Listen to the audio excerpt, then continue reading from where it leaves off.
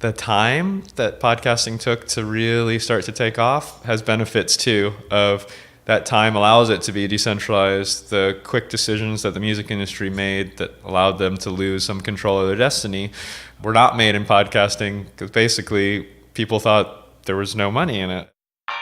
The startup investment landscape is changing, and world-class companies are being built outside of Silicon Valley. We find them, talk with them, and discuss the upside of investing in them. Welcome to Upside. Woo!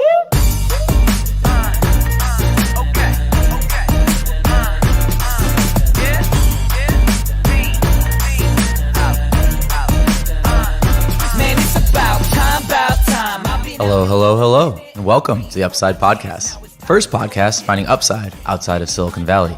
I'm Eric Hornung, and I'm accompanied by my co-host, Mr. Live Audience himself, Jay Klaus. Jay, we're here. We have the people. You are making uncomfortably strong eye contact with me. We are live together. You, me, and David Sherry in one room. I think that the word live is being used a little bit loosely in the podcast world. What do you mean? People are living it up out there. This is not being broadcast live. No. Well, nothing is broadcast live in podcasting. That's not true. I guess if you're on Twitch. Yeah, some stuff. Or YouTube. It can be live streamed. But if you're not going into the Apple app and listening to things live. We are here IRL together in the same room, which is just not common for us. And I'm still staring at you. It's uncomfortable eye contact. It's like the Bo Burnham comedy special where he has a literal bit about prolonged eye contact. Prolonged eye contact. I have no idea what you're talking about. Prolonged eye contact. You know what's weirder than me staring at you? Doing this intro while we have someone else sitting in the room. This is the first time that's ever happened. Oh, that's what you're saying by live studio audience. Yeah, I was working on it. We were getting there. Yeah, he's here. I tried to turn his mic line on so he could even say hello, but while recording, it does not turn on. But David is here with us in spirit and in body. Mostly in body. This is fun. It's fun to get everyone together. We've been following David's launch of his new podcast, New Money, and we just recorded a couple segments for him, one of which will drop here in a couple of minutes before we head into the interview.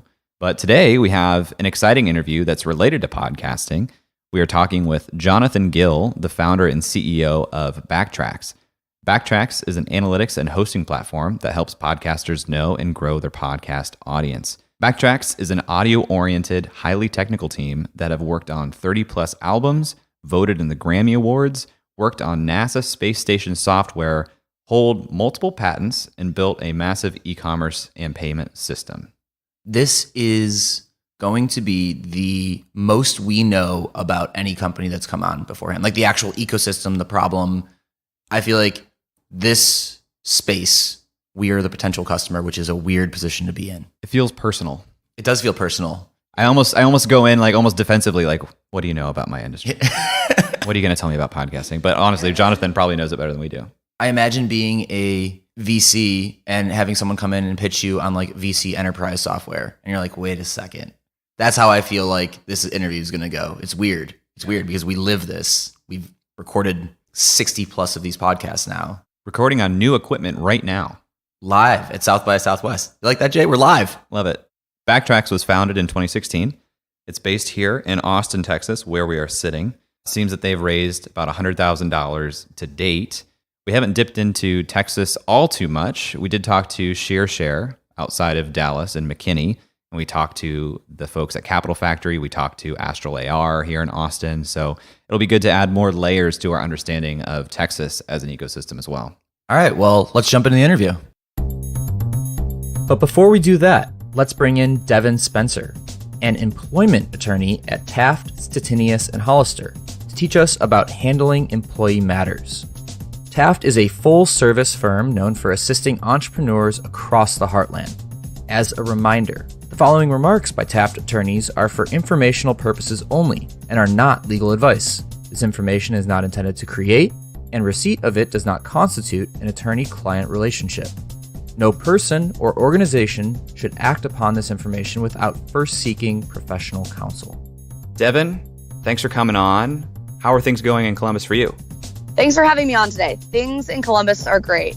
It is sunny, we're getting a teaser of spring, and the bigger picture, it is a great time to be a business owner in Columbus. Couldn't agree more about living in Columbus. I love it here. Devin, something that comes up a lot with founders that I talk to in Columbus and outside of Columbus is the difference between contractors and employees and when it makes sense to hire one or the other. Can you help us to understand that difference and when a founder should consider hiring a contractor versus an employee? Your company must classify or treat workers as either independent contractors or employees. You also have to further classify employees as exempt or non-exempt, but I won't go into that with the time we have. Employees generally must be paid minimum wage and overtime pay, and the company pays employment taxes and Social Security for employees. Independent contractors are not subject to those minimum wage and overtime pay requirements, and the company doesn't pay those employment taxes for independent contractors. Wrongfully classifying or treating employees as independent contractors can be a major source of very expensive liability. Unfortunately, there is no bright line test to determine whether an individual is an independent contractor or an employee. The short answer is that it is all about your company's oversight and control of the nature of the work and how the workers perform it. If you are only controlling the result of the work, you may have an independent contractor. On the other hand, if you retain oversight over the method and the manner of the work, it is likely an employee. The law, not you, decides whether you've hired an independent contractor or an employee. You must structure the working relationship to either retain or relinquish control to the worker over the nature of the work and how they perform it. If it is a task where it makes sense to only care about the result, not the means to that result, you may have an independent contractor. If your company controls the nature of the work and how the workers are performing it, you probably have an employee. I will say the Department of Labor, which enforces these laws, has been cracking down on misclassification like crazy lately. Your company could end up paying a lot of back pay, taxes, and benefits if you get it wrong. Devin, if people want to learn more about Taft or yourself, where should they go? Our website is www.taftlaw.com, and you can search by practice group or individual attorney. If you search my name, you will find my bio that says a little bit more about the areas I practice in, and it also has my contact information. So shoot me an email or give me a call.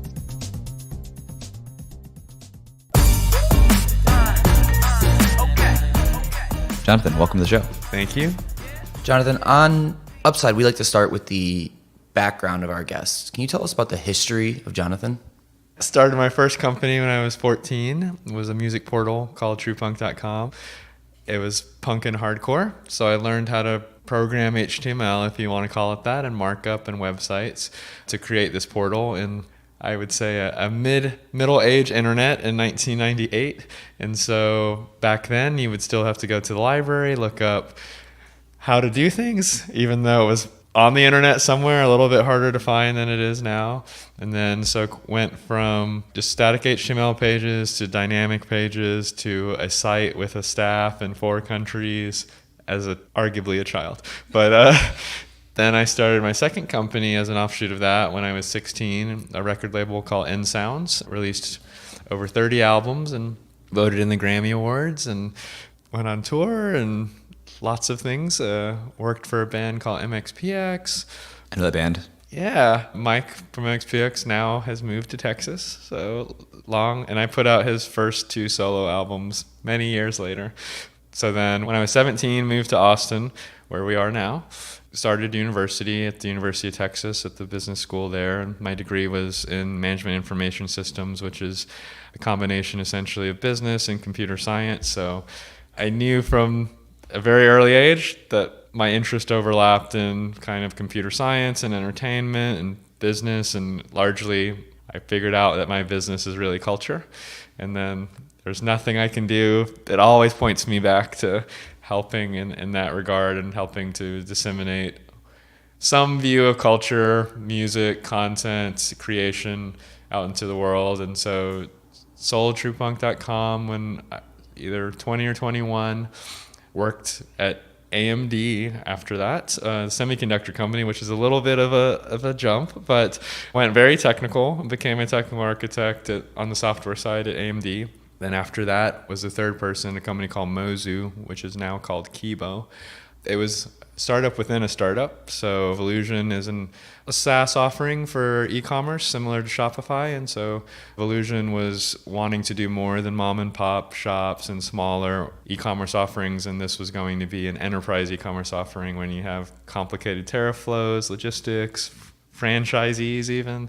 So we powered experiences for like Jelly Belly's e-commerce, Tesla accessories, Blue Fly, basically $100 million run rate companies. And so I was team member 3. Then my co-founder at my company now, I met there at Mozu. He was team member 4.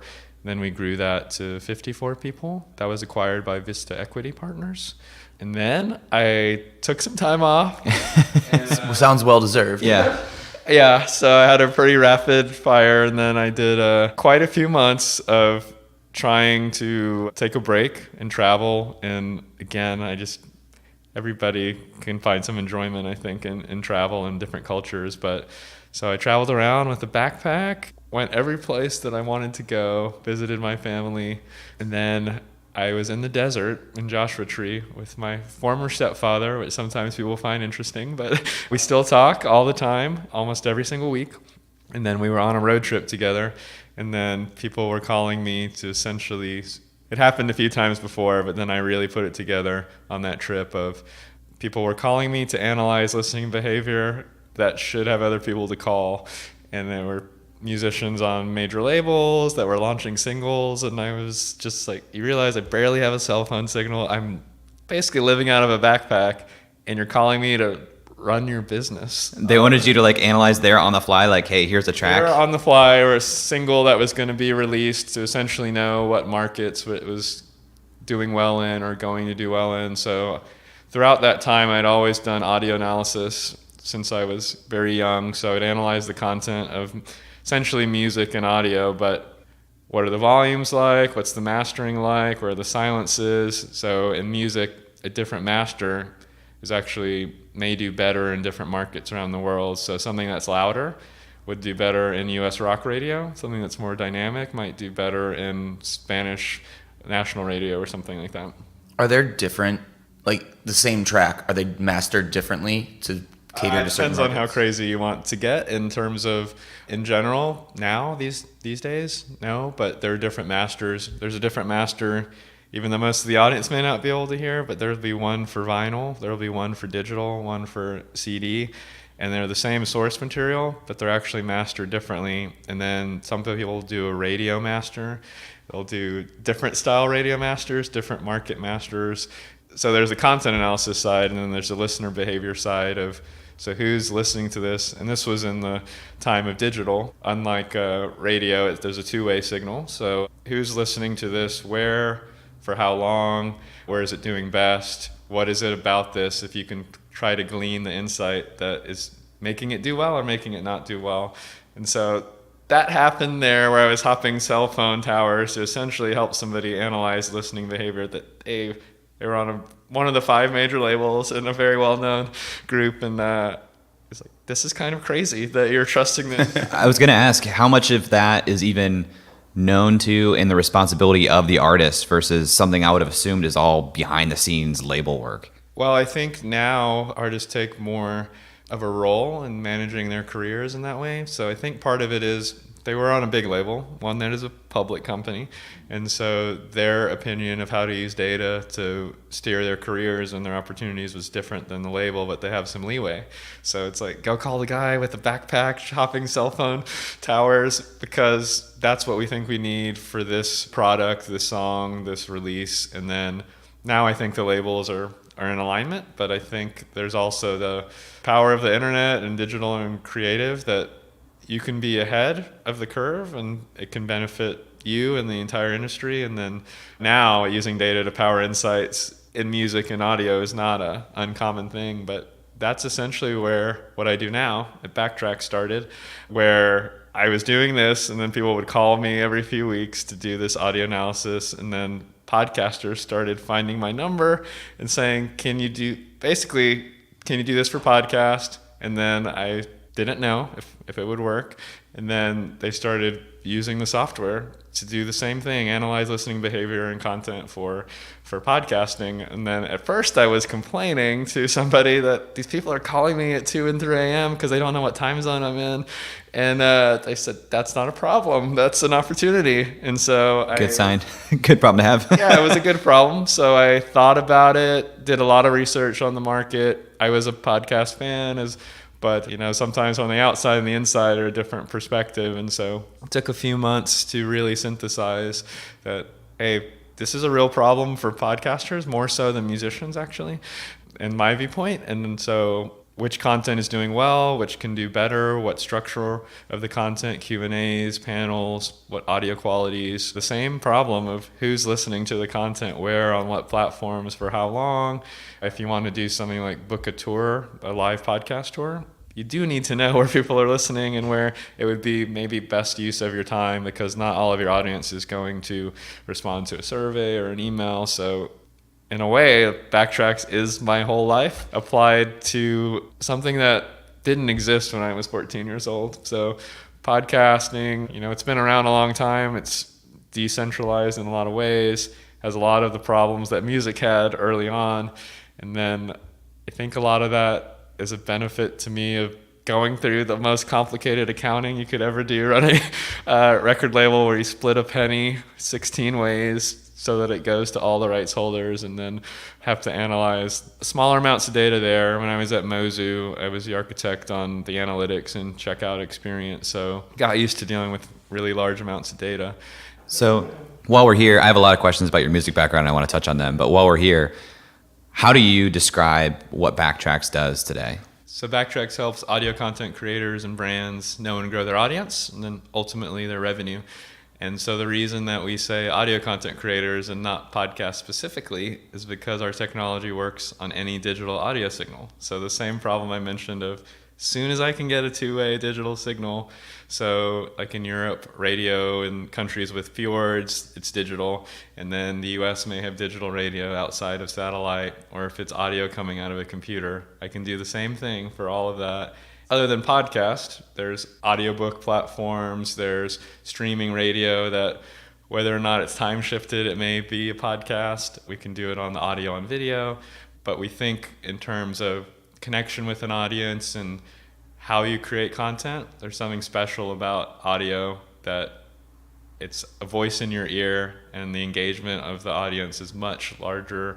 And we're super biased, but that's how we describe Backtracks. And then the way that we approach it is a lot of people don't have a strategy in the space. They don't quite have a difference in their mind of video and audio, and then we can help bring some experience in that regard. Or what do you do when you have all this data? How do you make decisions on the data? Should you release your podcast at 2 a.m. on a Tuesday, 4 p.m. on a Thursday? Does it matter? And then you can guide people through that process depending on where they are in their creation journey. And we really are excited for the opportunities in the industry. And how's the technology work? Walk me through how this works, because podcasting, like you said, is so decentralized, and I feel like, do you just need one I don't know, I'm just really interested to hear. Yeah, so we sit in the stream if you're a customer, and then you don't have to host with us, but you can, and then we are able to analyze the data as it flows through us, or we can sit on the front end. So if you've got a website, a little bit like Google Analytics, and we'll capture all the audio traffic coming out of your website. And so if you've got something like a player, it doesn't have to be our player, which is beautiful and responsive and works well, and I highly recommend try it out. We can capture all the audio and tell you that this person in this postal code listened for this long to content about blockchain, your specific episode. They skipped this section, their volume was at this level, their network connection was like this. So if you see some drop off, is it because they had a bad network connection? On the audio quality side, is it that they can't hear what you're saying, or that if you have short content and then the levels aren't really equal, and so as people are transitioning between your episodes, they want to listen to more, but they're constantly fidgeting with the equivalent of their volume knobs. We can help normalize that and things like that. But basically we sit in the stream, and so anytime there's a signal that we can insert ourselves into, we're able to enrich that with more data about. Is there anywhere you can't get data right now? Like, can you get Apple, Spotify, anywhere that anyone listens, or are there certain players that allow you and certain players that don't? For us, all of those. Because of the way podcasting works, it appears that to the listeners, for the most part, that when they listen through Apple Podcast and they hit play or download, it's Apple serving the media, but Apple doesn't actually serve the media. It's more akin to when Yahoo had a curated directory, or there was a directory with search, but you click through to the links just like search results. They don't make any of the content on the other side. So same thing with Apple is that directory is searchable. You can find podcasts. They have charts. But then when you click through, the media is coming from somewhere else. And that's how we're able to do it, because all of podcasting works like that. And there's scenarios like rehosting where we have partnerships. It's very different than video, where in a YouTube land where Google might control the ecosystem and it's really going through that provider. There's pros and cons to the centralization, but podcasting appears centralized but is decentralized, but in a way that we think is better for the creators if they continue to do what they've done. And podcasting as an industry has learned a lot from video and music and realized, well, if we're going to centralize our means of monetization, it needs to come with a benefit to us, versus I think in music it was just let's go do this, and the forethought and what you get out of it or what you lose was not there. But podcasters are, well, so I have a direct connection with my audience with nobody in the middle. There's a lot of freedom of speech there. And then when it centralizes around these big entities, if they were to host my content, do my advertising, do my analytics, the equivalent of AMP, what do I actually get out of it? And then I think podcasters in general are sharper about thinking long-term on the ecosystem and how do they set themselves up for the future. So you mentioned earlier an individual. Like, how deep does this thing go? We use Inspectlet to see web traffic come in. So we can see like one user come in, how they click, where they click. Is that a good proxy for this from the podcasting space, where I can see volumes go up, volumes go down? What do I see in the listener experience, like on an individual basis? Or is this aggregate data? It's both, but we take a company stance to not capture personally identifiable information. So you can know an aggregate, you can know a person, but you'll never know that it's Eric. And so what you're able to say is, so this person that kind of looks like this and that they're in this postal code, we're not cookieing the person, we're not doing that. You're able to capture all of that. So, and we work with some of those Inspectlet type companies where they're an analytics company, but they're using our audio analytics because they do more web page analytics. And you can kind of combine the info. While we may take the company stance that we don't do that, maybe Inspectlet or something like that, they may know who the person is, but they're able to enrich it with the data that we have. But we do that so that we can work on any platform, any country, GDPR or not. We just think there's a way to actually provide insights without being creepy, if that makes sense. Yeah, how is that insight delivered? Is it we are understanding what this data means and we're giving you very common sense explanations, or is it a dashboard that's getting like the raw data and I've got to kind of figure out for myself what that means? So it's both. So you have a dashboard and reporting that you can basically free-form explore the data.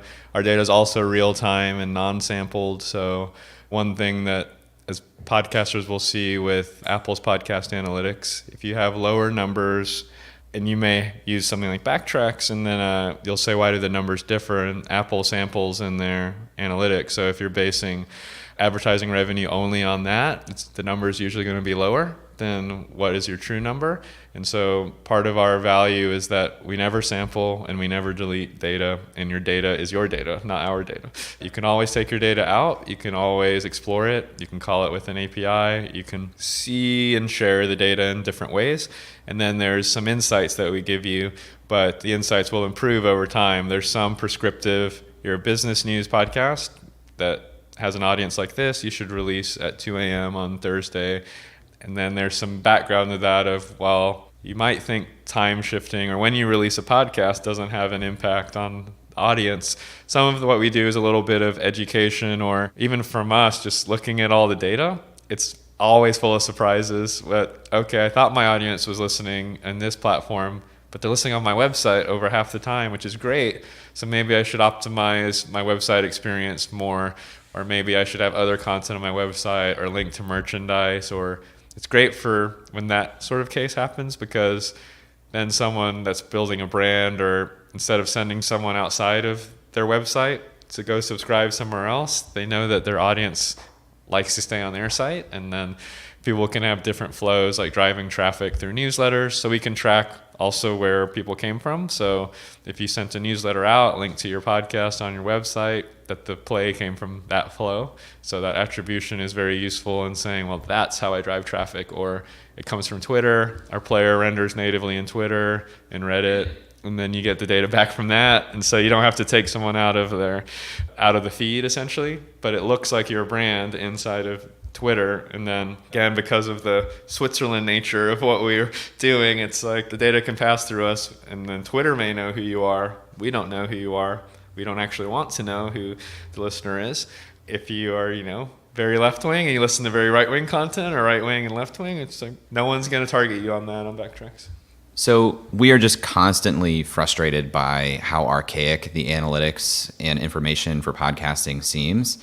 What is it about you guys, or about podcasting in general, that makes you guys able to do things differently? Why is it so far behind? There's a lot to unpack there, but I think despite its age, podcasting was largely a hobbyist sport for many years, and some of that, the time that podcasting took to really start to take off, has benefits too. Of that time allows it to be decentralized. The quick decisions that the music industry made that allowed them to lose some control of their destiny were not made in podcasting, because basically people thought there was no money in it for a long time. And so it kind of evolved into this thing that was more natural.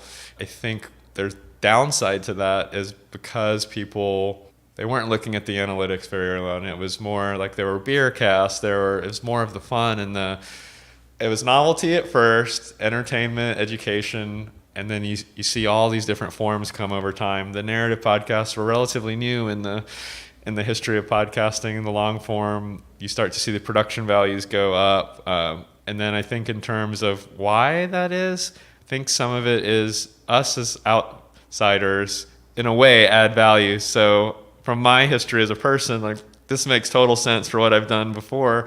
And then I think there's not that many people with a very similar history in that way. And then sometimes looking at an industry from the outside, you can see the problems differently than when you're too close. And then podcasters know how bad the analytics are. And then it's, how do you improve that, or why do you improve that? And some people are like, you're collecting way too much data. Like, data's not worth anything in this industry. It's like, well, I think you're actually wrong. And then this is why, and this is why everybody that actually produces the content gets benefit from our particular way of doing it. So I think if you are a platform like a Apple Podcast for a listening platform, or Spotify, there's a certain amount of data that's useful for you to have that maybe is not useful, or they don't want the podcasters to get. There's also just how people thought about the data. There's no uniform way to record it. People were just trying to get any audience. And then I think our benefit is thinking about, well, what will podcasting look like in years from now? Like, people used to make fun of us for our specification for recording analytics, had us the very last sentence, like how this would work on Mars.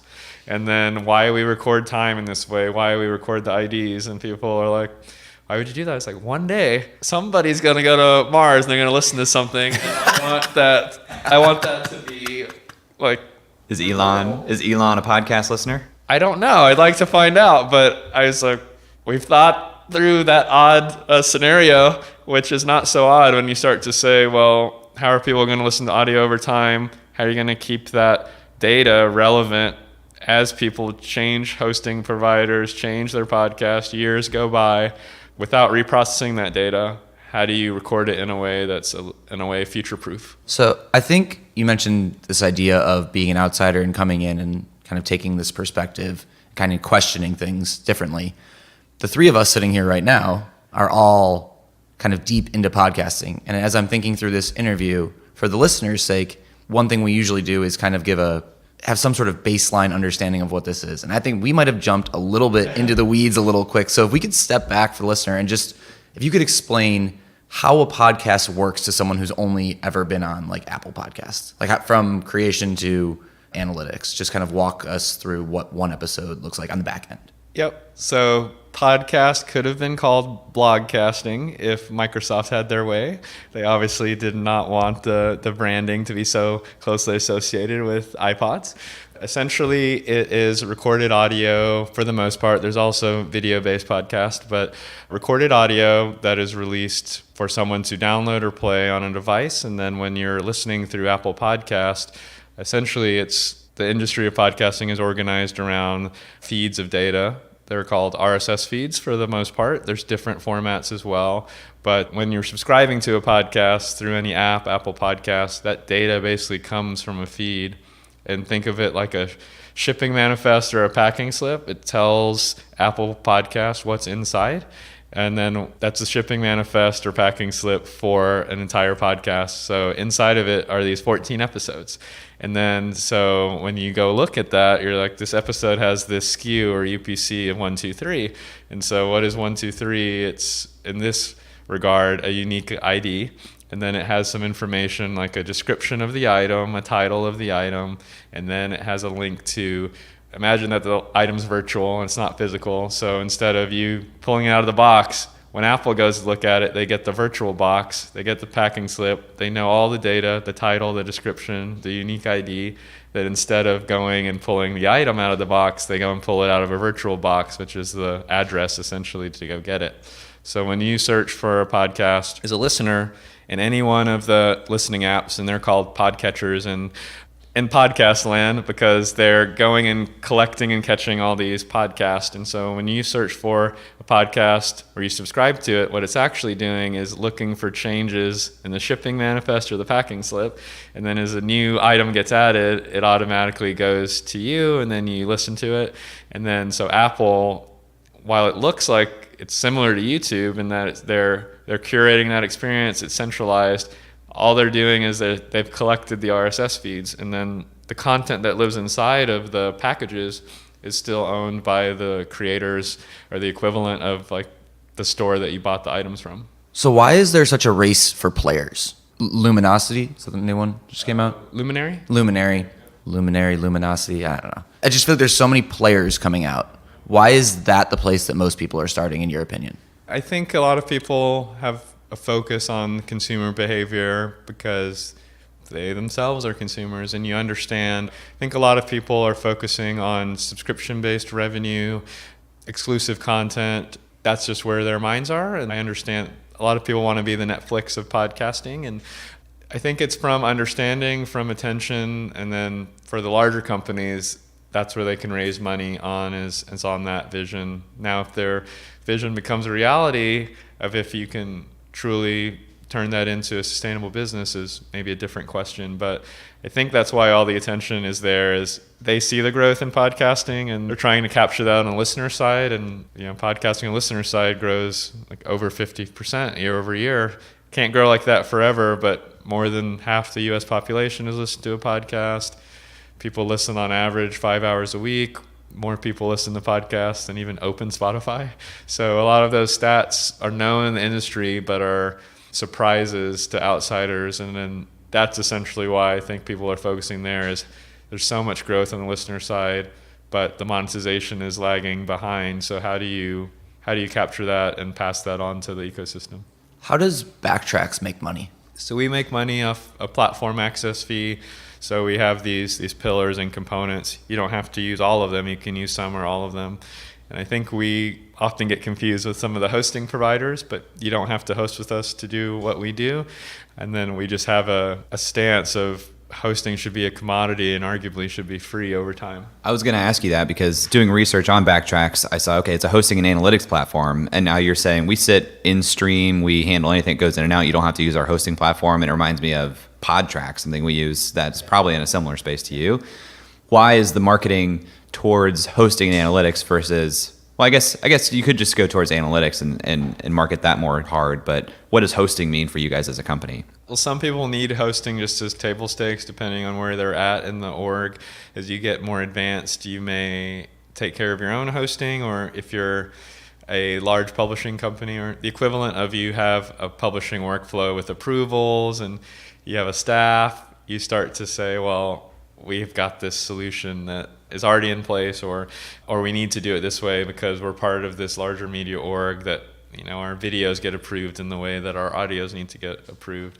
So I think for us, we're ahead of the market in a lot of our technology. And then if we were to market it in the way that is more of a closer match to the technology, I think a lot of people wouldn't resonate with. So people will get in and they say, you guys do a lot more than I thought you did.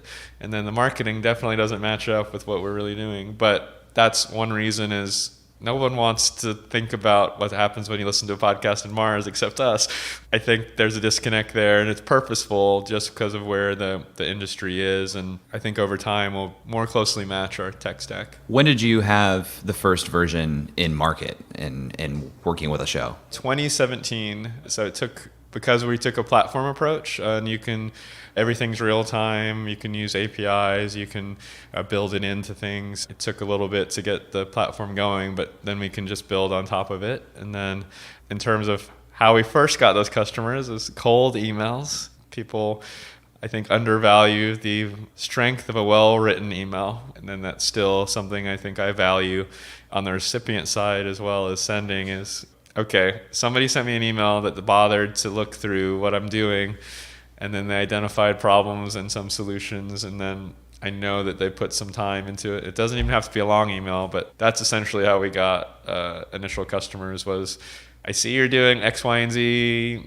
maybe not the best on your podcast. We can help you, or have you thought about this? Yeah, that's really how we started. Do you need permission to look at any analytics for any podcast? Like if you wanted to look at Upside's analytics without our permission and send us a customized email saying, hey, I noticed that here's some things you could change very specifically because we have the data.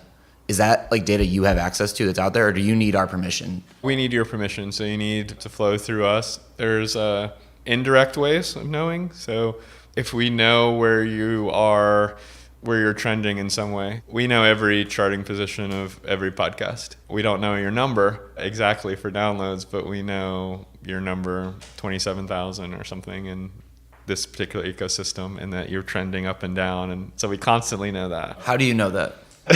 That's a little bit of secret sauce, but yeah, we do know that. Because we don't even know that. Yeah. Seriously. Yeah, we'll have something that comes out that lets you know that.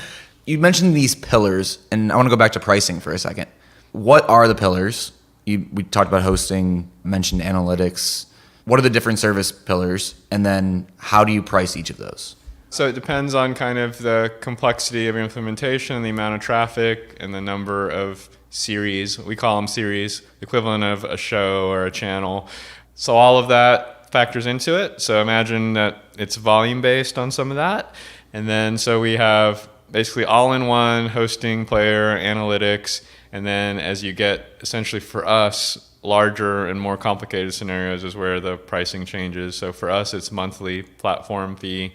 And then if you're super large, it's going to be more expensive than if you're just starting out. And so general SaaS, and then there's a component of volume or complexity for certain features. So people that don't need API access, they don't need to pay for having, basically close to 100% uptime on APIs because they're not going to care about, they're not calling it all day long to push and pull from systems. And then things like our player, people may use other players, they may not care about ours, or they may want that. So you can basically pick the items and build your own package, but in general, it's a monthly fee. How many customers do you guys have right now? We don't. You don't sell? Okay.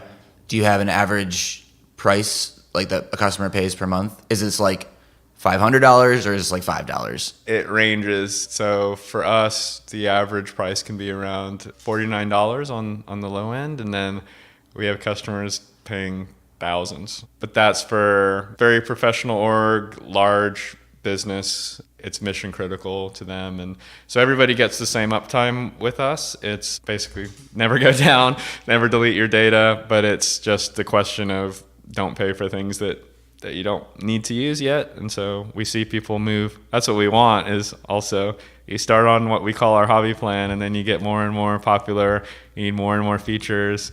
oh, I have someone that's like in my post-production process now. They need to look at this and then drop in the final version of the audio, or somebody that I've got advertisers now that they need to see the data alongside me, and then they need to be sure that it's not me sending an Excel report and adding a 0 to the end. If they've never advertised with me, they may question the number.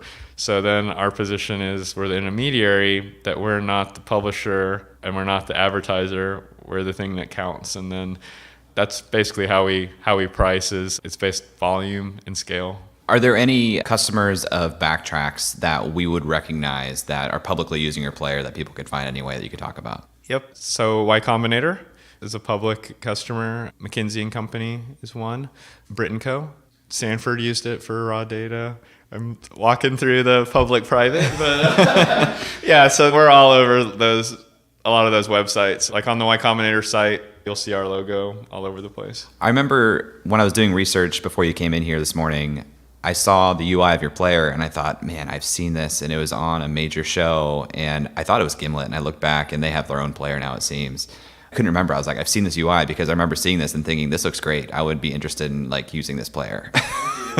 And we've got a new version coming. We've put a lot of time and effort into the player to help our customers, and some of those little touches. Oh, it works in Twitter, that you can share a segment. Well, and you have transcription now too. The one on your website has like real-time transcription that you can tweet from the UI. Is transcription part of the basic plan? I think it looked like it was like the startup or small business plan. Yes, so it's not on the basic plans. The transcription is useful for lots of things, SEO. So we take another thing that we do is just stance-wise, we're always trying to align ourselves with our brands and our customers and their audience versus we think in the long run that's better for us versus some players and some things, they'll fire these what's called retargeting pixels. So you visit a website and then they'll fire this pixel, and then you go to another website and then you see an ad for that website. So some platforms for players and hosting, even if you're a customer and you're paying them, they'll fire their own pixel, and then all of a sudden you're seeing, or your audience is seeing ads for their platform, or they create a page that ranks alongside you in search engine results for your own content. So you search for your episode, and then you'll find a public page that's not your website, but it's that hosting platform in large part. They made a page about your website so that they could get, and usually they rank above the content producer. So we're basically, hopefully, like the wind behind your sails or something of we power the actual people with talent, and then it's behind the scenes in that we don't actually have publicly ranked pages on the SEO side for any of our customers. It is sometimes a little bit hard to find them, but it's not really about us. So we like that. And then in the player experience, it's what's the best for the audience and what's the best for the brands. And then having the textual code in the audio sometimes is best. And then in our player, you can share that to social media directly, quote it. And then if you want, you can take the transcript and put it live on your page, but in a way that search engines will index on your website, and that never gets like attributed to us. So that's why we do that. A lot of I'm deep in the transcript side of things because we do transcripts, and I've like been refining this process for months. A lot of transcript services are AI driven, and it's good, but you have to definitely do some cleanup afterwards. And then you have like the total white glove rev.com $ per minute. We're going to make sure this is like good. Where do you guys fall on that spectrum for the transcript? We are even more accurate than Rev. Really? Depends on where you fall in terms of what you, on our customer basis. A lot of our customers go for the higher end option of basically almost absolute accuracy, but multiple people, so it's AI plus humans. And then so some of the nuance in some of our content is very technical or has very specific things. Like we do a lot on the AI side just because we're nerds, but like we'll identify all Twitter hashtags, all handles, all links, and then you get the marketing attribution of all the clicks. And then so someone just says like, I'm at Upside FM, that automatically is a clickable link. You don't have to go like change that. And then when people say get or git, if you know the actual topic of, if it's a technical thing, and gets a source code repository for people, a source control for people out there in podcast land. And so it's hard to tell if you don't know what the content is, what that is. And so There's even some editorial rules in place. So certain customers, they use Oxford commas. Certain ones really have a strong... Everybody should use Oxford commas. Yeah, I'm board with that. I'm on board with that. There's a very strong divide. Lawyers don't use Oxford commas, and it drives me crazy. It just doesn't make sense. But it's like that's their brand standard as a lawyer, I guess. I don't know. It's not AP standard. Yeah, people are widely divided on that. But so we see you either want a quick transcript or you want an accurate transcript, and they're currently mutually exclusive. How big is your team? You mentioned that you have AI plus humans. Is that like your team or is that outsourced? How big is the Backtracks? So that part is outsourced, and then on the core team, there's only 4 people. Wow. What are your biggest costs? 4 people. It's like Those are the biggest costs. that's the biggest cost? That's the biggest cost. Yeah. Are you guys gonna fundraise this thing, or it sounds like you guys are profitable? We are doing well. We had a very large sporting brand say, "You have made an amazing business," because they basically have close to 100 people on their end, just more people than play on the team, support the content production of the team. And we were at first worried that they would hear the number of people and be kind of taken aback. And that's one thing about our product is it's basically use the product, demo, and you're a customer, but the strength of the product really speaks louder than us. And we always structured the company. We want to be more of an Instagram style lean team, but we're not consumer style scale like them. So it's the 4 of us really multiply out in the way that we built the platform is like, you can rely on it, even if you have 100 people's livelihood on the other side. And then what we got back from them was like, and I can't name the name of this one, but basically that you built an amazing company, amazing product, and it just works, and we're super impressed. I'm just thinking about like your UI is beautiful, the design of the website's beautiful. You've got to be doing stuff like this and selling. Somebody's going to be building it. Like, what's the breakdown of these 4 people? One person focuses specifically on outreach and on kind of business development and sales. And then I split my time. I still write code, as people make fun of me for, because they see what time I write code and check I did. But, this commitment was at 3 a.m., John.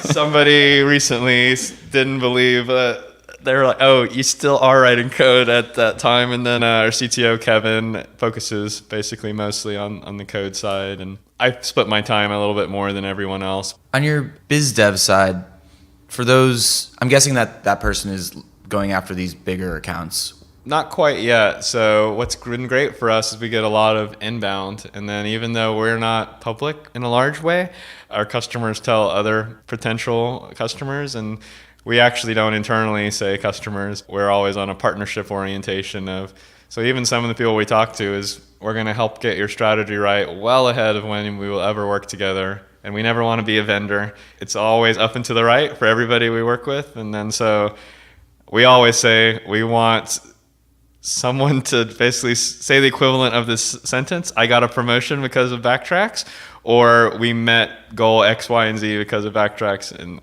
basically, as long as we continue to deliver on that, our partners tell other partners, and then it's inbound. We also have outbound as we're trying to scale up to these larger organizations that are, the multinational media companies. What's the sales funnel look like on that outbound? In terms of like depth, how far ahead, or like... Yeah, like how long until you convert someone? It depends on the person, depends on the size deal. But if it's a moderate size deal, it's a small 30 minutes. So we demo. It's really as many demos as you can get.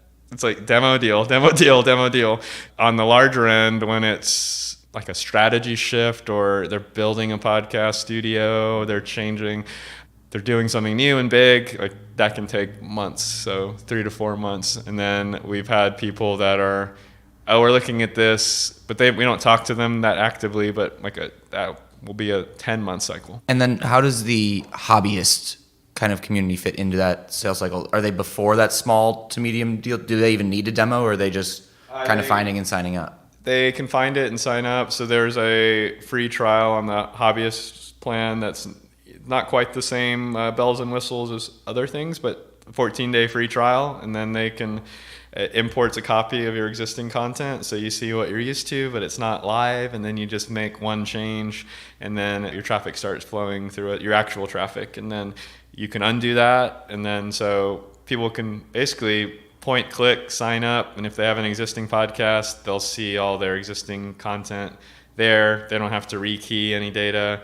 We can actually real-time synchronize. So if you're releasing episodes while you're trying us out, your new episodes appear in Backtracks. It seems very intentional to me. I did research on the company, and I was trying to find, screenshots or videos of the dashboard or of the demo itself, but it's very much like context us or a demo, which has to be very intentional. So talk to me about that decision and why it works that way. I think just because of where the industry is and where we sit, we like to have the conversation with the customers. And then because of the size of some of them, they may build UIs that are completely different than the way we represent the data. And so talking through their needs or their plans and what they want to do, we always like to, even if they're not going to become a customer, that conversation, that value is more how we align. Like, what are you actually trying to accomplish? And sometimes we actually say, we don't think your content justifies this, or where you're at justifies what we charge in pricing, and I think actually being a partner where we may not be the right fit for you, or first of all, like, it's a hard conversation to tell someone that could be a partner, like, your content is not that good. You should work on that first. And then I think we're rare in that we will say that. Have you listened to any Upside episodes? I have not yet. But Okay. I Ask for live feedback. yeah. We were about to ask for some validation real quick. But I think that's one of the things that, like, I'm very honest about. I would be very poor as a content creator on very hard work to produce content that's good and engaging, and it needs a certain skill set, and I think the listeners understand it, and I think there's a little bit of a gold rush in the content production, which helps us on our side, but I think if people put more thought and planning and research like you guys have done into planning their episodes out, it's better for the audience, better for them, better for their future prospects. And while our data can tell you you're not doing a good job, it can't help you fix bad content. So what do you look at? Is it the audio quality? Is it the structure of the show? Is it the length? How do you know at like a demo level glance you guys aren't where you need to be for us to make sense? So depending on the demo, before we do it, we do a lot of prep. So we would go and listen to the content, go check out their website, go do research on what we know of their strategy, and then we have the talk of what they're able to share with us. Sometimes they can't share really what their strategy is, but basically we can come to that meeting saying, this is what we're able to see. Is this really how the world is for you? And then what's great is, while I was a little bit focused on the negative there, most of it's positive. People are doing a good job, and it's just, how do you grow that audience? Or I don't have the data I need, or they know that they need certain things that we have, and then it's just validating that, okay, does this thing actually work? Does it do what you say? How does the player actually work? It looks nice. And then we just show them basically a guided, specific to their problem set, it's not ever a set demo, which I think, some people have a set demo or webinar, you just watch that. And the way that we approach it is, in the current state of podcasting, a lot of times there's not a set answer so that's why we like to do the demos in that way, and that's why there's not a bunch of public screenshots, because there's various ways to look at what we do. And then one representation that's static is, you saw that plan, that version of the product, you didn't see the one that this big customer uses, or, yeah. How many demos do you guys do in a week? A lot. Yeah, so at least 5 a day. And then during this particular point in time, it's busy because there's festival going on, there's like more in-person demos and meetings. And 5 may be low, but if you imagine that's more people than work at Backtracks. Yeah, it's good pacing for us, but we want that to grow as well. And then maybe some of our approach will have to change over time, or we'll grow as a team. And then just kind of our approach has been a blend between bootstrapping, and we likely will not be in that mode for very much longer, just to grow faster. What's on your business's dashboard? Like, what are the KPIs that you guys care about? because you're giving data to other people and saying, here's what you guys should be caring about. But what about when you look at your business? What are the most important things you're thinking The of? most important things for us, because if we're in a great position of its demo deal, is how many actual qualified leads and demos can we get. Or not like a email blast prospect style. Is very curated, and that's why we have such high conversion rate. Is by the time that we reach out or you reach out to us, it's a good chance that you need what we have solution-wise. So for us, the number of they're qualified leads, but I think we take a little bit of a more focus. Some people take breadth and then they narrow down a funnel. If you're even in our funnel, there's a good chance that you'll convert. And we have to do that because of the team size and that we do personalized demos. And some of that doesn't quite scale with a team this small, but you can go a little bit wider in breadth. So that's one of the metrics. The actual organic traffic to our site is one. And what we like to see, which is not what other people like to see, is that there's no refer of the traffic, that somebody sent you to Backtracks directly. And then that just fits our model of, okay, somebody told you we exist. And then it's probably somebody that's a customer. So from that side, those two numbers actually drive everything for us. And then, so that's what I'm constantly looking at. Yeah, if we increase either one of those, we increase the output of that formula. We spent probably the least amount of time in an interview on your background that we've done on the Upside thus far, I think. But one thing that you mentioned was you grew a team from, you were employee 3 to 54. What about that growth did you like or not like, to the point that you are, it feels like, repressing team growth here? Yeah, there was obviously some downside to that, and we went the other way. And then my co-founder Kevin also worked with me at Mozu, which is now Kibo. It is a little bit of a reaction to that. And then before that, when I was at AMD at that time was 16,000 people. So I had seen big, kind of smaller, and then this is a curated experience. And then the way that Backtracks is structured in that way from the get-go, we knew we wanted a small, very efficient team, and we wanted everybody to pass what we call the Sunday test of. At Mozu, we had some very hard times sleeping in the office late at night, very hard. And then the next day, it would be, do you want to see these people after not going home? Or sometimes, 36 hours. We had showers in the off. Like, it was like different. We didn't want to recreate some of the problems and culture there, but basically everybody that would work at Backtracks, hopefully from here into the future, is no matter what happens the day before, would you ever be mad or irritated to see the person the next day? And the answer should always be no. So the people that work at Backtracks now, I could be working with them, hanging out with them all day long for years on end, which is what the company will be. And so the way we thought about it was, so what was bad about our prior working experiences? And I say bad, it's like actually when we reflect on it, what we didn't like. Maybe in the moment we didn't think about it that way, but what would we change if we could control our own destiny, which largely people start companies in small part or large part to do that. So it's like we had the chance to decide big team, super fast growth, not profitable, how we pace that out. And it's intentionally building a larger platform to do the difficult things we think that the industry may need a little bit ahead of when it needs it.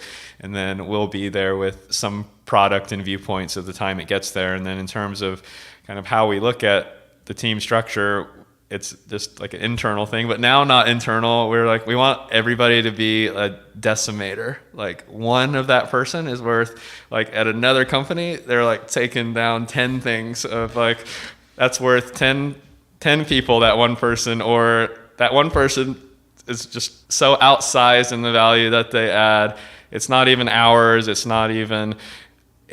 just the impact. And sometimes it's this particular set of people working together. I've worked with my co-founder now almost 8 years, and we're very different in age. Like he is over 30 years older than me.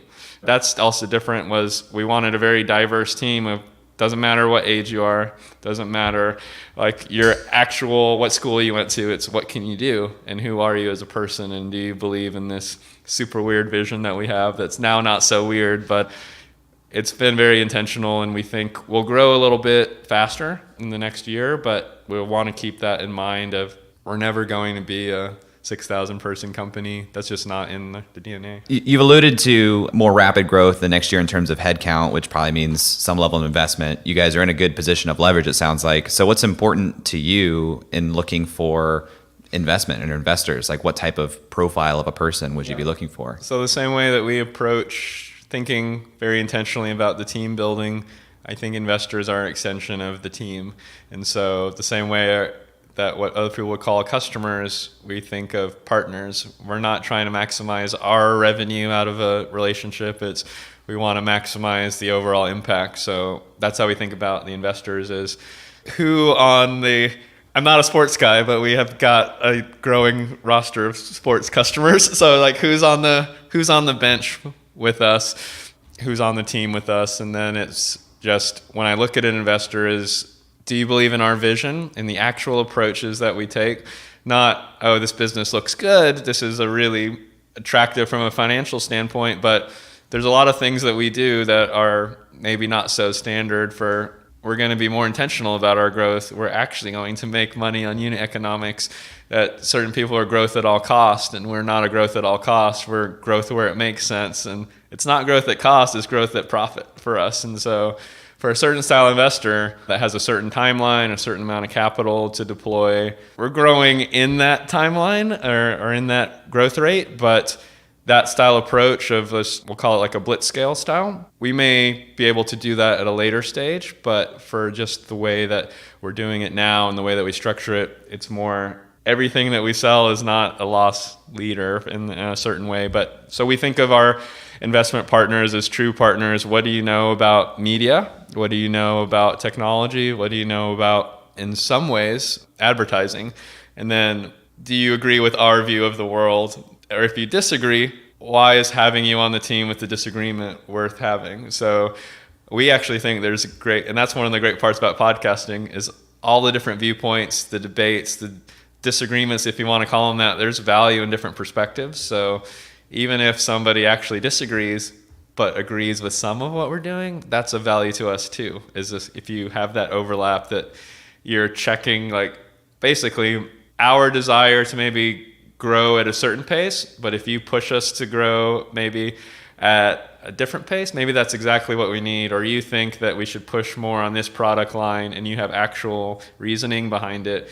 And it goes into our product discussions and how we demo. We value a lot of input, even from our partners, even in that demo process. That's another reason why we demo, is we learn a lot from when we demo somebody, and it's not prescriptive. It's you tell us, and then we learn a lot, and then we tell you, and then it's not, oh, I know this. It's we're all learning together. And so from investors, a lot of times that approach that we're looking for is someone that will work with us and not be our boss in all the ways that, someone that provides capital can be. So we do think a lot about that, as you're very quickly catching on to. It's very top of mind to us. Every dollar is not created equally. It seems like your model and your positioning, you guys are trending more towards the more professional, established podcaster for sure. So what is it about the future of podcasting where you see that you want to go down that path as opposed to have a more ubiquitous, even entry-level player to say, like, hobbyists, you can come in and just use this off the shelf? So this is also a reaction to maybe the industries we were in before. So a lot of the people in the hosting subsegment of podcast technology, for the most part, I'll isolate it to that, is they operate more what we would call gym memberships. Of they don't actually care if you showed up to the gym. They don't care if you get used to the equipment. They care that you pay them. And so our structure is consciously against that. Of we want to always be able to add value. We want you to tell us what equipment you want in the gym. We want you to show up to the gym. If you're not, you shouldn't be paying us. You should do something else with your money. So right now, the people that tell you what they want in the gym and that go to the gym and that get the most value are in that professional segment. And then over time, we think we can take all those learnings and apply it to people just starting out. But the way we would do it is I think that's why we focus there. And then we learn more to benefit everybody else down the line. I would love to look into the crystal ball a little bit from your perspective and say, okay, Spotify just bought Gimlet. They also bought Anchor. Do you see the future of podcasting being niche individual creators, almost like a YouTube? Or do you see it going more towards that Netflix style where it's big budgets, high production quality, and we're watching those big backed shows?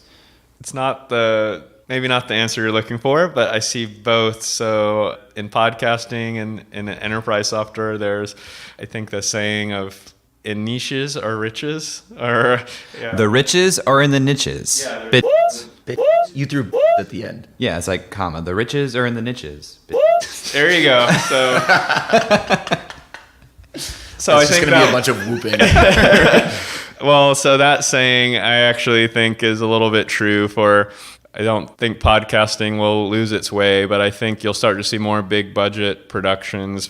But there's some fear with that so if your podcast is doing well in an ecosystem like Spotify, are they going to produce content just like yours? And so Almost like the Amazon Basics style. yep, you've sold this much, you've done so well, we're going to produce. Thanks for giving us this roadmap. Yep. So part of the value that we see of us sitting kind of outside of that is, how do you control your destiny in a world that it's not that will that happen? It absolutely will happen. So people will look at what's doing well and they will produce shows that look like your shows if you're doing well. How do you make sure to maintain your identity, your control of your audience, your distribution mechanisms? And some of that is why we capture the data across all the platforms in those ways and have the partnerships and then give it to the producers. And I say give it, it's really their data. And then so it should continue to be that way. But so what I do see is more growth around, we'll call it mass market podcasts. So I think people in the industry, or hopefully a lot of the listeners, they've seen more office water cooler talk, their parents, their family asking them about what podcasts to listen to or what they're listening to. And we're in a little of a bubble where people are always talking to us about podcasts, but I think even that it's anecdotal, but there's more people that live outside of podcasting that are learning about it, that are getting more excited about it, that will listen to a podcast over watching a television show. They listen to it with more intent, more frequency, where I think there's a blend of the style show you can do with higher production values.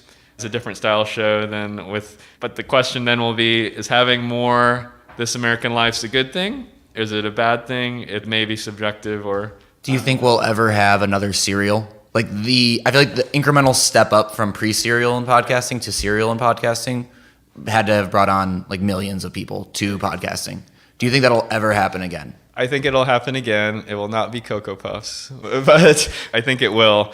And so podcasting and a lot of people have forgotten some of the earlier pre-Serial jumps. Ricky Gervais had a very, very large podcast and helped get some of podcasting, if you want to call it the flywheel, kickstarted into Serial. You see these stages of where podcasting was popular. Just think of Odeo. And so Twitter basically came out of a podcasting platform that was very early called Odeo. Odeo didn't work out, but Twitter absolutely people have heard of it, and it's a tiny little thing now. So that was a little bit early to the game, and podcasting keeps persisting with these tiny, tiny tweaks, these iterations, and in a way it's like product market fit on the startup side.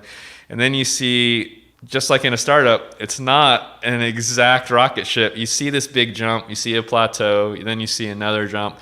And then you're starting to see things like the true crime shows take off, which may be an extension of the serials. And then S-Town did not do quite as well, but Because it had a horrible ending. Yes.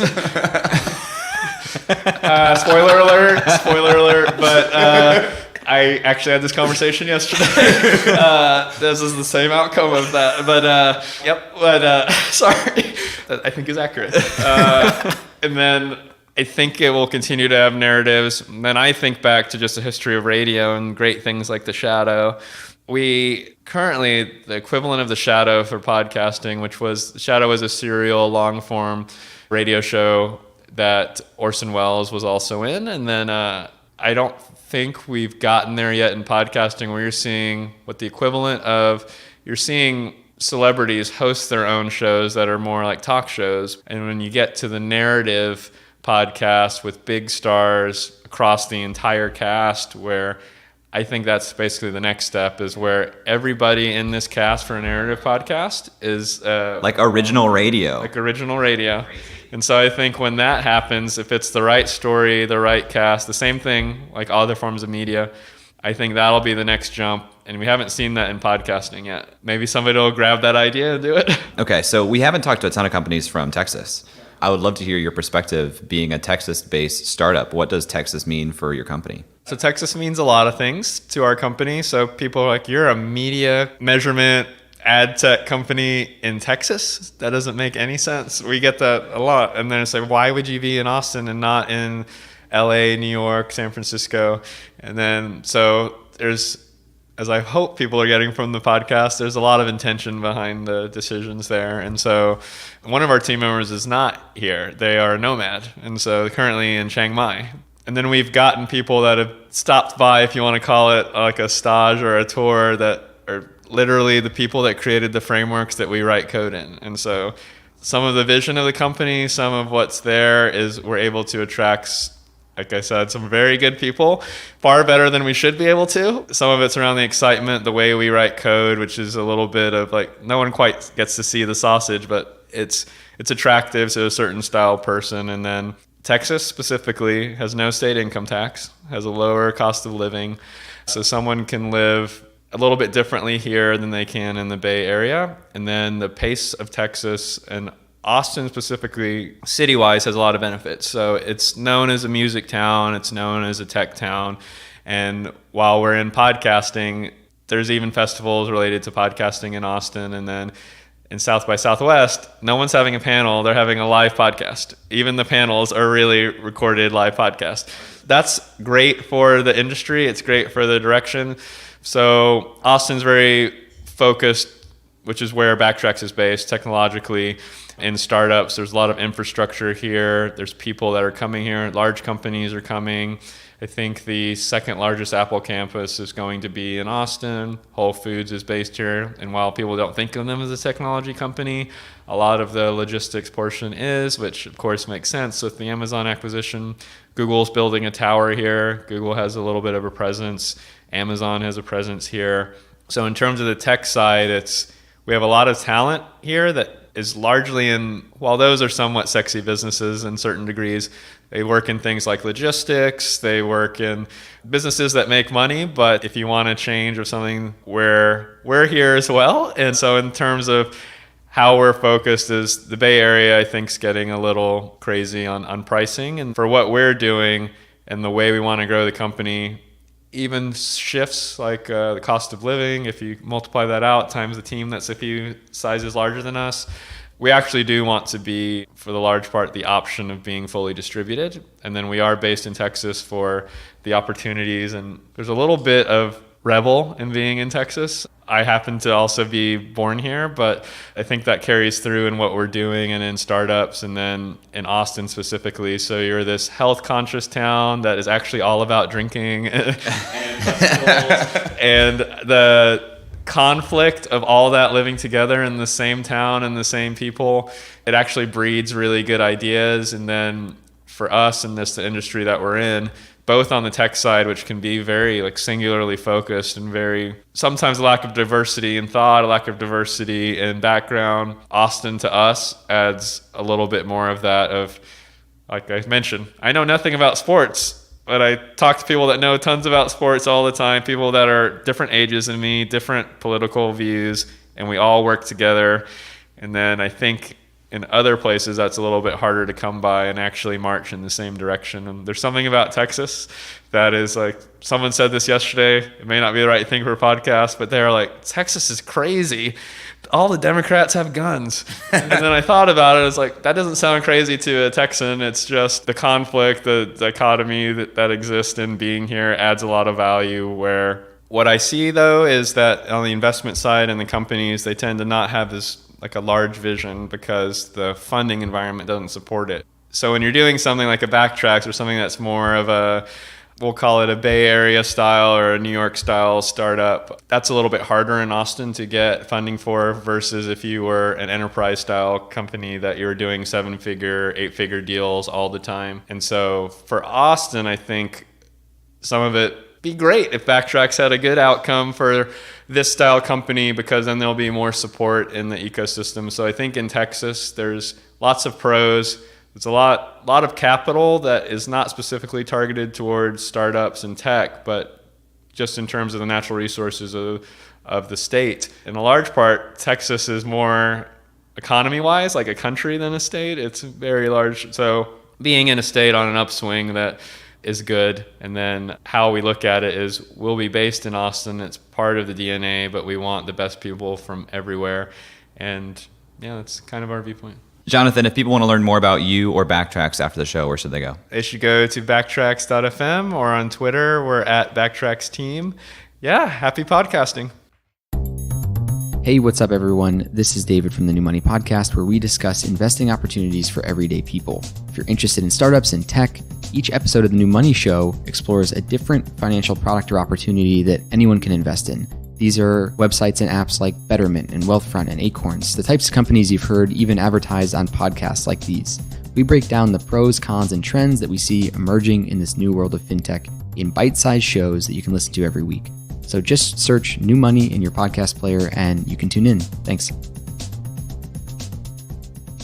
Lot of podcast talk on the podcast today, Jay. How many times can I say podcast in one sentence? That's the real question. I'm counting.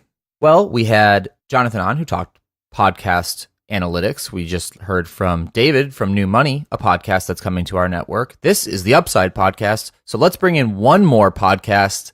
Who is it, Jay? We're going to talk with Meb Faber of the Meb Faber Show, a popular finance podcast that you actually turned me on to, Eric. I did. I have been listening to the Meb Faber Show since episode 1. Meb is a co-founder and chief investment officer of Cambria Investment Management. He's the manager of Cambria's ETFs and separate accounts. He's also the host of the Meb Faber Show podcast and has authored numerous white papers and leather-bound books, as his website says. He's a frequent speaker and writer on investment strategies and has been featured in Barron's, the New York Times, and the New Yorker. Meb's got a highly listened to and very popular show, so we thought it would be a good idea to talk with him about his insights into his audience and what he looks for in terms of data. Meb, welcome to the show. Thanks for having me, guys. It's great to have you here. Usually we like to start with a little bit of background on the guest, but I think specifically for this insight segment, it would be great to talk about your background getting into podcasting, which was a few years ago.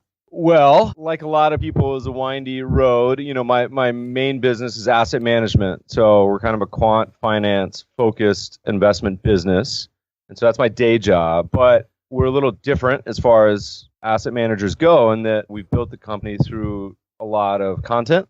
And so if you rewind or take a time machine back 10 years, you know, that started out with writing pretty nerdy academic papers.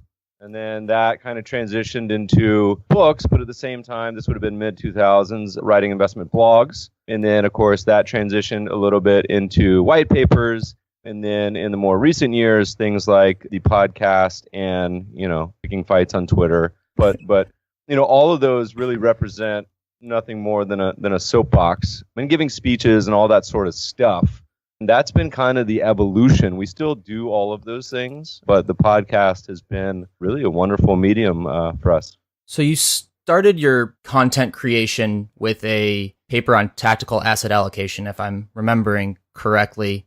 That's a pretty esoteric title. Podcasting has gotten pretty big. How do you know how your audience has grown and who it is? I feel like you have a pretty big podcast. Oh, it's all my nerds. I can say that lovingly because I was an engineer once upon a time. But yeah, I mean, look, if you rewind all the way back to that first paper, it was in the Journal of Wealth Management. You know, the first title was actually a simple approach to market timing, but no one would read that, and so we changed it to a quantitative approach to tactical asset allocation, which is a mouthful, but then oddly enough, everyone loved it. You know, it helped that it was published before the financial crisis and would have worked well during that period, but you know, all of that is a very limited audience, academic, quant professionals, whereas a lot of the other mediums, each one has its own unique audience. It being quant finance, you know, 90% is male, probably. The podcast has a totally different audience than the other mediums, and we actually get that feedback all the time. It helps that I speak with a very slow Midwest Southern mashup drawl, so people can listen to my podcast at like 2 or 3x speed. So an hour they can get through in like 20 minutes. But, we've hit upon something that's in my world. You also got to realize people aren't necessarily doing the podcast to try to monetize it for podcast sake. It's to maybe spread research and ideas and everything else. So it lends itself to really a wonderful medium. And even if it's super niche, you could be talking about, I don't know, just stout beers somewhere that get produced in the Southwest. There'll be an audience for that, and that's the beauty of the internet. But I'm kind of droning on here. But content, it's been around forever. People used to do radio, and that was a huge audience for a lot of people, and massive businesses have been built upon that. And then whether it's direct mail or magazines or whatnot, but podcasting has been particularly wonderful for us. Can you talk about what you guys do in terms of analytics for your podcast right now, either the tools you use or what type of insight you're looking to gain and do gain from it? Despite being a quant, I'm almost embarrassed to say we do almost no analytics. Part of that is because, and you're hitting on a sore topic for me, part of that is because there's just not that much developed in the analytics space. If you look at iTunes or Libsyn, besides getting show downloads and what countries, are downloading, there's not that much. You've also hit upon my sorest of all sore points, which is, you've had this massive boom in this awesome space of podcasts, and there's so much amazing content. And of the dozens of podcast players, not a single one allows you to rate episodes. And the problem with that is there's a lot of great shows. Obviously, y'all's, my show, amazing, but not every episode is great. I can say that with honesty. And then there's plenty of shows that are decent or average, but some of the episodes are world class. And the problem with podcast discovery now is every app out there with the analytics wants to introduce you to more shows. Well, I don't need more shows. I need to know of the shows which ones are fantastic. And so the big challenge there is that there's just a massive fire hose of information. And so the analytics on my side as a host, it's really frustrating because you don't necessarily get that feedback other than people emailing you and saying, hey, great show, or hey, that was really stupid. But that happens to us every show. So no matter what, we usually offend someone, and someone loves it every single show. And so it's hard, and it's unfortunate. Someone will eventually get it right.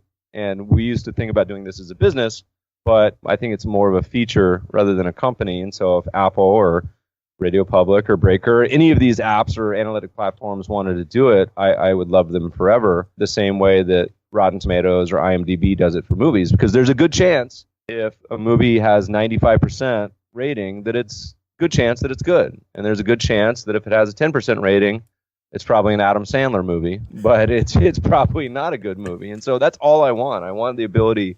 Nothing upsets me more than sitting through an hour-long podcast, because I have FOMO that it's going to get amazing in the last 10 minutes, and usually it never does. So listeners, big business opportunity for you. Please figure it out.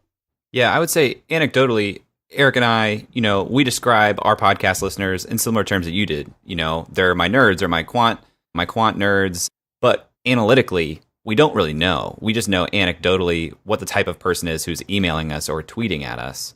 And so for you, has anything changed in your general tool set or podcasting experience over the last couple of years? And what is that? I think there's a lot of opportunity in the space that people haven't really thought of yet. And so I talk to so many people, and being one of the kind of I don't want to say early entrants into podcasting, but maybe the kind of second wave, but certainly before the main sort of Cambrian explosion of podcasts, is that there's so many other ideas out there that could develop, such as I would love to see more people do long form or even short form content, even books, publish them as serials. And you're starting to see that. We experiment with some kind of short instructional sort of audiobook style episodes. The main format is one-on-one interviews. But, China, for example, totally different podcast scene where it's multiples of the size of the US, and it's actually a subscription model. And so the revenue is like 5 times the US podcast revenue, whereas the US is, say, sponsored by ads. I mean, there's so many different business ideas. I mean, if I was a financial planner, you could just do case studies once a week or once a day. The best idea I have outside of asset management, I don't want to do it, it's too much work, but would love to see someone do somewhat like a instructional Rosetta Stone of investing where, hey, you want to focus on investing 101 or real estate investing or angel investing or how to invest in mobile home parks and do kind of like a coursework or study for the CFA. It'd be nice to have just a CFA tutorial where each episode covers a chapter or whatever. And so you could do it while walking your dog or working out or sleeping, whatever it may be. Lots of ideas. And I think you'll see the development there.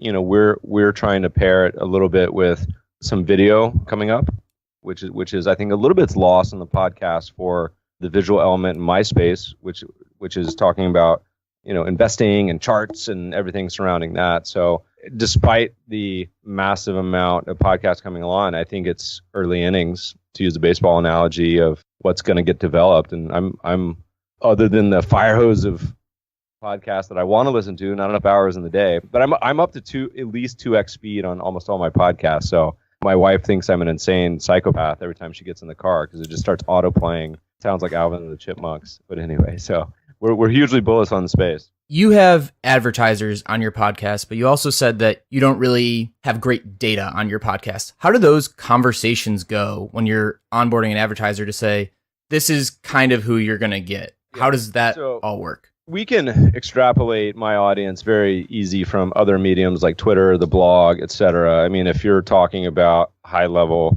quantitative finance, like you have a pretty good idea of what your audience is.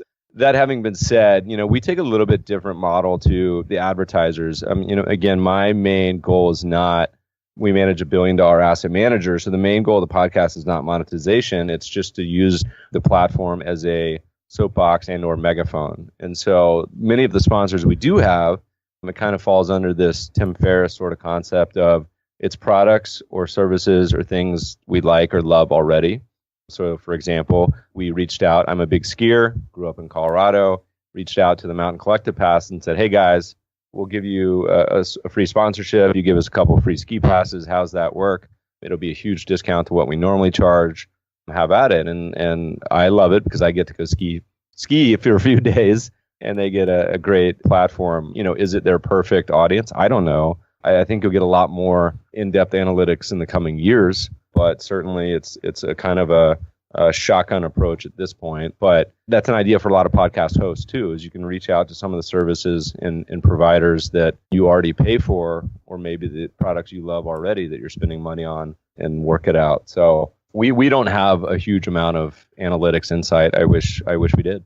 I only know about Japanese skiing because of your podcast. Well, I'm kind of sad that that's the case because the word's getting out. We went skiing in Hokkaido again this year, and the change in the crowds and development going on. I think one of the resorts we went to was there's a Ritz and a Park Hyatt going up. It's all a bunch of Aussies. I love you guys, but my God, everyone's found out at this point. But it's a special place, and the great takeaway is that there's a little finance history for the listeners that during the Japanese boom in the 1980s, they just built hundreds of ski resorts. And so there's tons and tons of these little mom and pops all over the island. I think there's still something like 300, which is kind of insane to think about.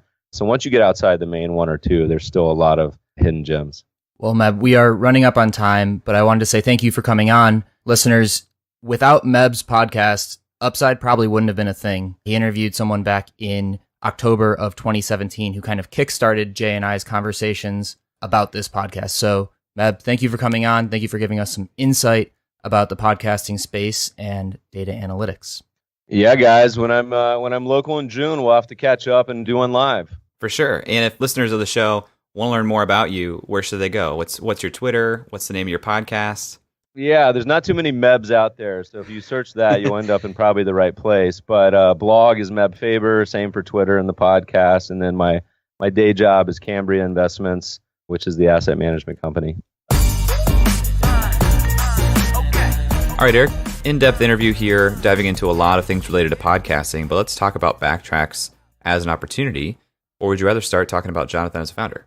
I think we start with Backtracks as an opportunity because I think we spent such limited time on Jonathan as a founder in this interview. Very unique for us not to spend the full 15 to 20 minutes going into a backstory. I got excited. We both got excited. And we got excited because listeners, if you have not created a podcast or played around with podcasts or listened to people who talk about the podcast space, one of the biggest frustrations is data analytics. Jay and I, sitting here today, don't know who you are listening to us. And that is very unlike most other mediums. Yeah. And, to get around that, things that we've talked about are, okay, well, let's send a listener survey or talk about a listener survey here on the podcast and see who will fill it out. But now you've got response bias. You're going to have a sharp drop off in number of listeners, people who actually fill out the survey. It's not a great solution. And in a world where I can get analytics on just about anything else that we do, any other digital property, very, very specific, in-depth analytics, it's very frustrating that the core of our product has so little to tell us. It's frustrating, but it's also an opportunity, right? Right. And that's what Jonathan found when he was getting these calls while backpacking in remote areas, asking him to analyze the audio of people's podcasts. And this is the one part of Jonathan's background we did get a look into that I think is worth mentioning here. He somehow found his way into the music industry, created a label, published all kinds of albums, worked with MXPX, Play It Loud. Now he's in the podcasting space, focusing on a different area of audio. I really liked the perspective he brought up of the benefits of the slow maturity of podcasting as a medium, saying basically that the music industry made some bad decisions early on with how they structured monetization, which has really kind of hurt the industry in a lot of ways, made things like Spotify possible, but brought an industry that was killing it in the 90s from a CD perspective to its knees in a streaming music perspective. And now in the podcasting space, it's very decentralized and empowering a lot of creators to kind of hold and manage their own destiny with their packing slip, as he called it, their RSS feed. I want to talk a little bit about how big of a pain point this really is, because for us, whose core product is a podcast, it's a big pain point. We feel this. For some other brands, it might not be as big of a pain point. We heard about that with Meb. He's like, this sucks, it's annoying, it bothers me a lot, but this isn't my main product. This is something that, hey, I have a lot of listeners and I know that. We can kind of back into roughly who they are. We think they're a little bit different than that. The people that follow me on Twitter and this quant finance circle, I can get advertisers to cover some costs and do things that I want to do. So it's more like a lifestyle business kind of aspect. And because of the informality of it, I can have cool things be on my show that benefit me personally, while also having the content benefit my core product, which is my asset management shop. I think right now, a lot of podcasts that are... Actually, I want to hear your take on this. Do you think right now there are more podcasts supporting brands or more podcasts that are trying to be the brand? Well, an add-on to the point you're making is just how many podcasters are there in general? It's still rapidly growing, but still fairly small. So you have how many people would it be possible to care? And then how many people would actually care? To your question about brands versus individuals building a brand, I don't know. I'd go off intuition here, but with 660,000 shows, I would bet that the majority of them, which are dead shows already, were individuals, but I don't have any data here. It was just a gut question. What about the biggest shows? I feel like most shows that I listen to are supporting a brand. They aren't a brand itself. I would disagree. I think it's going to change here soon because I think the world of podcasting is becoming more what audience can you bring to this new medium versus how can you create in a new medium and build an audience. I think historically it's been much more about independent creators and building a brand from scratch. You have Mark Maron with WTF popping up, and then you had Pete Holmes's podcast. Those started to get wrapped under some networks like Thrillist, but originally they were kind of created content. Joe Rogan, I would say, is a unique creator. What are some other popular shows here? Song Exploder, anything under the Radiotopia network was an independent creator and then brought into a network. The Gimlet shows, some of them were baked in-house. Some of them were independent and then brought in-house, like Reply All. Serial, the NPR shows, those were supporting a brand. And I think that's what really started kind of the tipping point here, because you started to see what was possible in this medium when you had a staff focused on highly produced narrative type content. And I guess maybe that's just because I listen to so many business podcasts. and everything you just kind of went through, I don't subscribe to any of those shows.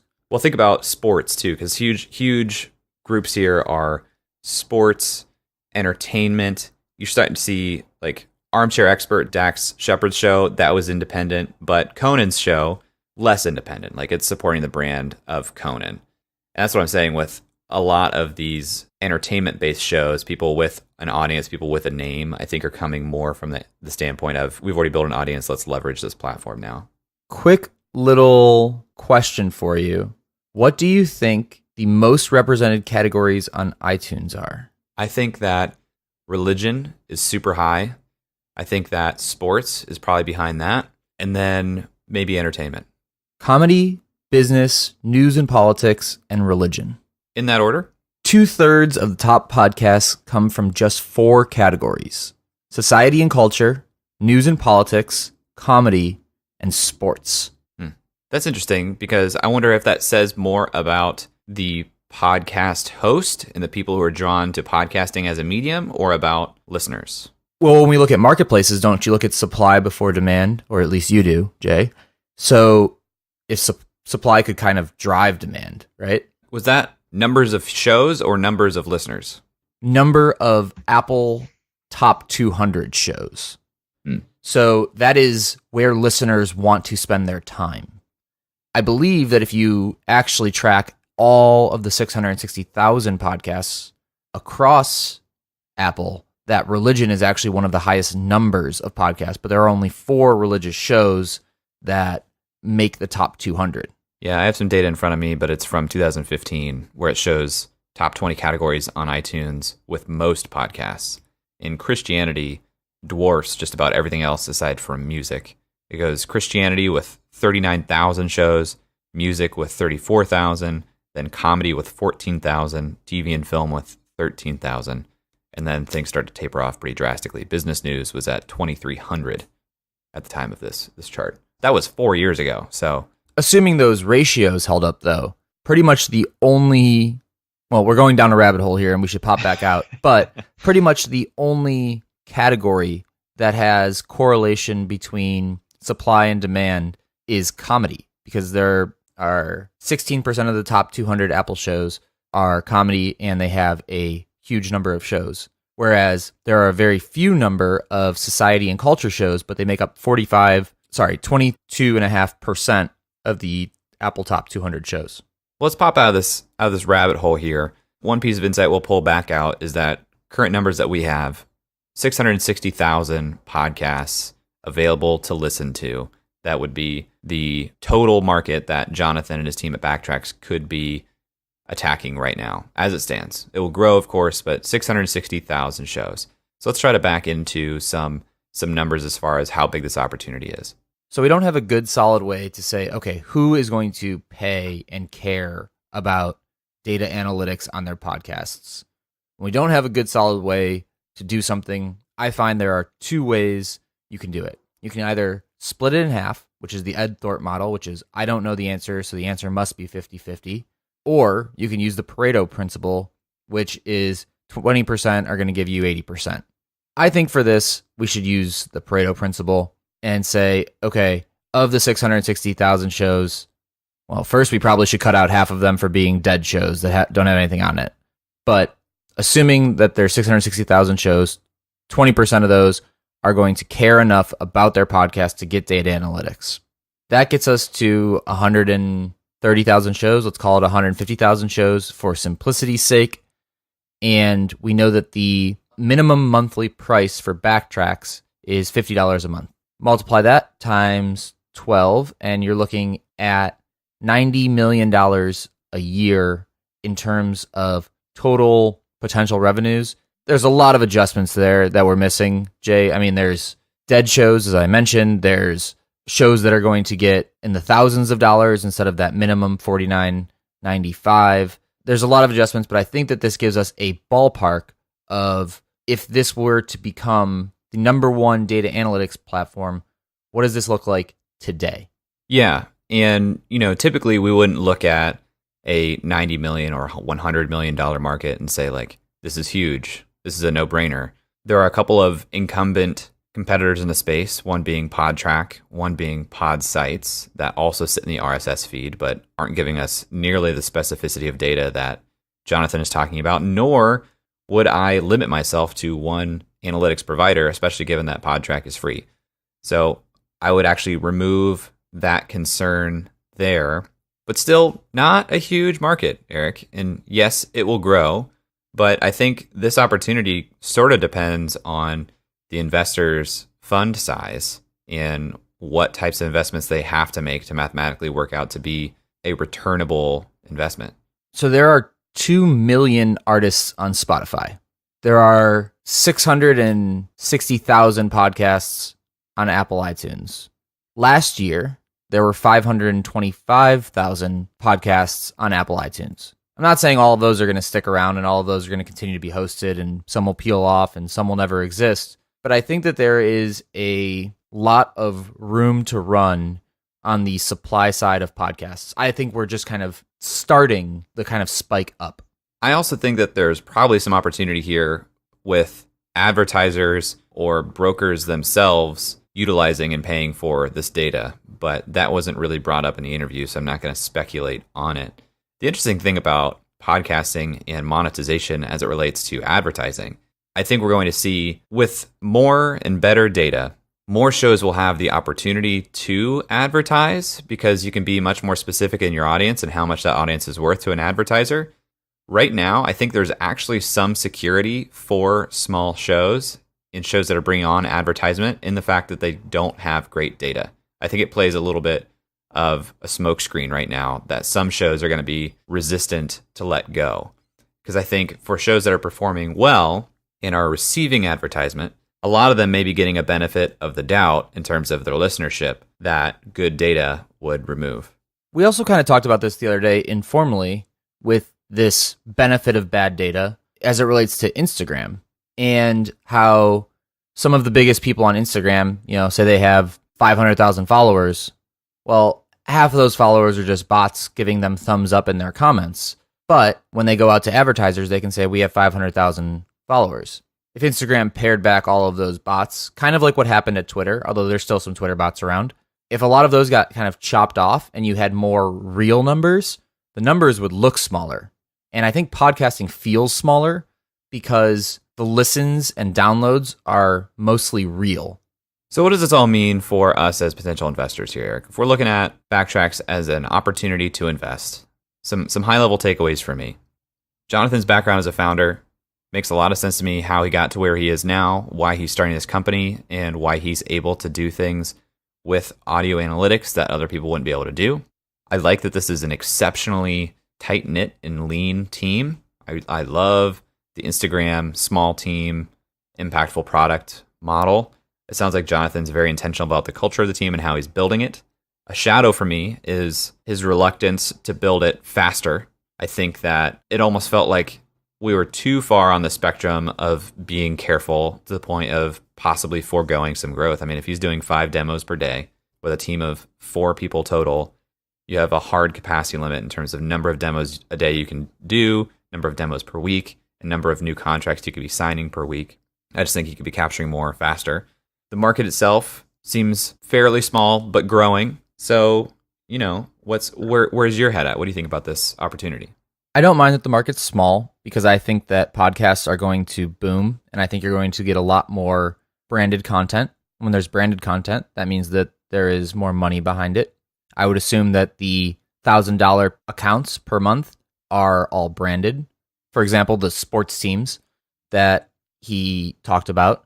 So I think when you get more and more people kind of coming on, like the earwolves of the world, we talked about the Conan show, but also small and medium-sized businesses that are going to pile into podcasting over the next 5 years to kind of see it as a way, just like blogging kind of took off for a while.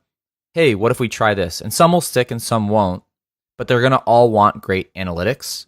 I see that as a huge benefit. I see the growth of this industry as a huge benefit for Backtracks. I understand that it's very small right now, but if we're looking just at last year's growth, that's somewhere between 25 and 30% growth year on year. I mean, if you see that for a few more years in a row, you're going to get to some real numbers really fast, especially if the people coming on have money that they're willing to spend and they're not these independent creators that are trying to do it on a shoestring budget like we did when we started.